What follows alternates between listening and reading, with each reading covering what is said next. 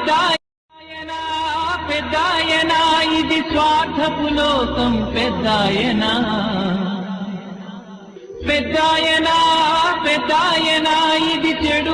40 ఏళ్ల సుదీర్ఘ రాజకీయ అనుభవం, ఎన్టీఆర్, వైఎస్ఆర్ లాంటి ముఖ్యమంత్రుల క్యాబినెట్లలో పనిచేసిన సామర్థ్యం ఆయన సొంతం. గత 40 ఏళ్లుగా జగిత్యాల అంటే ఆయనే, అక్కడ కాంగ్రెస్ అంటే ఆయనే. అధికారంలో ఉంటే ఆయనదే రాజ్యం, ప్రతిపక్షంలో ఉన్న ఆయన మాటే వేదం. రోజులు ఎప్పుడూ ఒకేలా ఉండవు కదా. ఈ రోజు జగిత్యాలలో అదే జరిగింది. ఎన్నడూ ఎవరూ ఊహించని పరాభవం ఆయనకు ఎదురైంది. వరద కాలవకు నీళ్లు వదలాలంటూ మాజీ మంత్రి, బీఆర్ఎస్ ప్రధాన కార్యదర్శి జీవన్ రెడ్డి చేసిన ఆందోళన జగిత్యాలలో ఎన్నడూ చూడని ఓ అరుదైన దృశ్యానికి వేదికైంది. ఇన్ని బండ్లు పాస్ అవుతున్నాయి, నేనే మీకు అడ్డం వచ్చిందా? ఇన్ని బండ్లు పాస్ అవుతున్నాయి, అడ్డం వచ్చిందా మీకేమన్నా?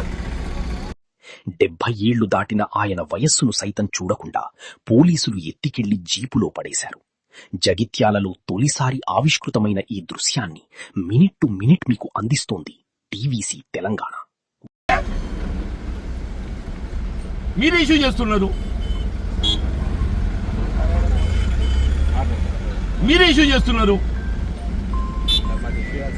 ప్రవీణ్ రాబాబు రా, నీకు వస్తాడు, తాప కూడా వస్తాడు.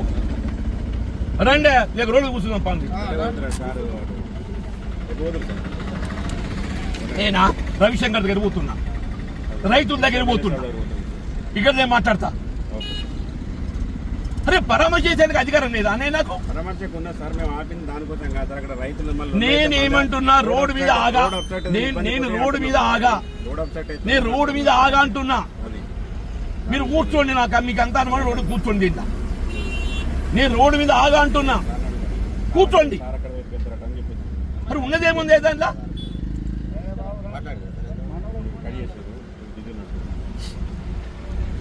అరే లేని ఇష్యూ క్రియేట్ చేస్తున్నారు మీరు. అరే లేదని దండం పెడతానే. నేను రైతు బిడ్డను, నేను కాపోండి, నాకు ఎత్తుంది, వ్యవసాయం ఉంది. నేను ఏమి చేయ బాబు, నేను ఐఎమ్ గివింగ్ అండర్టేకింగ్. రైతులు పరామర్శిస్తా, రవిశంకర్ దగ్గర పోతున్నా, ఆయన పరామర్శిస్తాను, ప్రెస్ తో మాట్లాడతా. రండి, మీరు కూర్చోండి అంటున్నాను, రండి అంటున్నాను. అరే నేను ఆగనే అంటే అరే మీరు చేస్తుండే పబ్లిక్ ఇబ్బంది, మీరు పబ్లిక్ ఇబ్బంది చేస్తున్నారు, నేను చేస్తలేను. నేను పబ్లిక్ ఇబ్బంది మీరు చేస్తున్నారు, నేను చేస్తలేను. మీరెవరే? నేను రోడ్డు మీద కూర్చున్నా తప్పు, నేను రోడ్డు మీద కూర్చున్నా తప్పయా? ఏందే మరి రమ్మను. అరే మా బండాపు నువ్వు కానిస్టేబుల్, నాకు ట్రావెలింగ్ చేసే రైట్ లేదా? అని లైసెన్స్ లేదా? అని లైసెన్స్ లేదా? ప్రజాస్వామ్యం ఎక్కడున్నాయి మనం?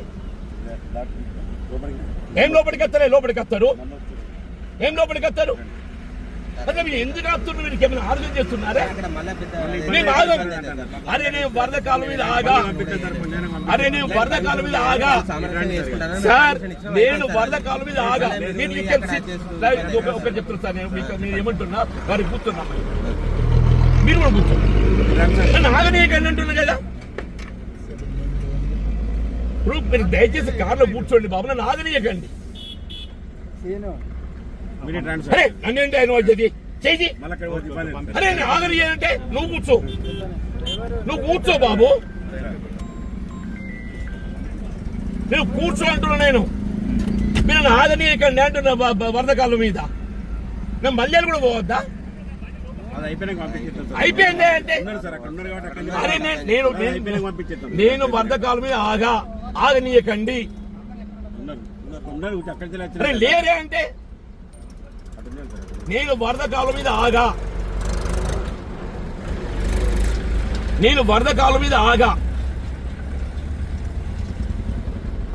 కనీసం నేను మల్యాలు పోవడం వీల్లేదా?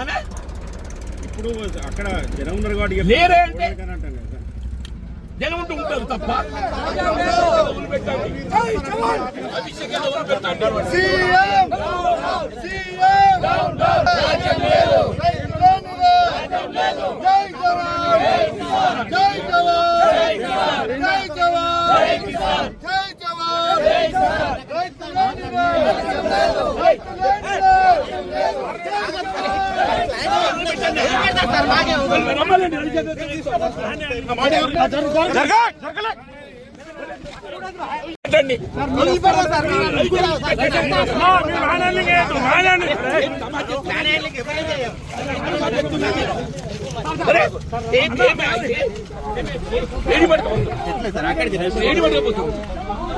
లక్షలాది చూసే నీళ్లు వృధా పోయినాయి.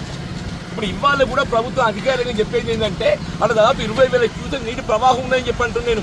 ఇప్పుడు NDSA national dam safety authority ఏదైతున్నదో వాళ్ళు మేడిగడ్డ బ్యారేజ్ మరమ్మతులు చేయకుండా నీటి నిలుపుదల చేయొద్దని చెప్పన్నారు. కన్నెపల్లి పంప్ హౌస్ వద్ద ఏదైతుందో ఇప్పుడు ప్రాణిత నీటి ప్రవాహం ఏదైతుందో ఇప్పుడు 93.5 మీటర్ 93.5 మీటర్ చేరుకుంటే వీళ్ళ కన్నెపల్లి పంప్ హౌస్ నుండి డైరెక్ట్ గా నీటి ఎత్తిపోయొచ్చు అని చెప్పంటున్నాం. మొత్తం ఇవాళ సాగునీటి రంగ నిపుణులు అందరూ కూడా చెప్తున్నారు.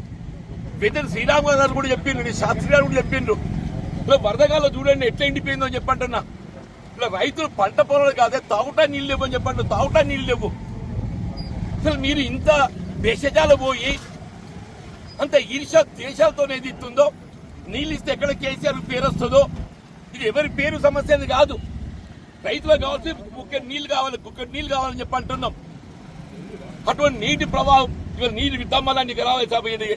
గీత కార్మికులు చెప్పాలి మొత్తం ఎండిపోయింది తగ్గ పొలాలన్నీ నీటి విడుదల చేయమని చెప్పాలంటే ఏదైతుందో నడి రోడ్డు మీద అడ్డుకోవడం ఏంటి నాకు అర్థం కాదు. నా సుదీర్ఘ ప్రజా జీవితం 4 దశాబ్దాలు 40 ఏళ్ళలో ఏదైతుందో ఇంత అడ్డుకున్న వాళ్ళు ఎవరిని చూడలేని చెప్పంటున్నా.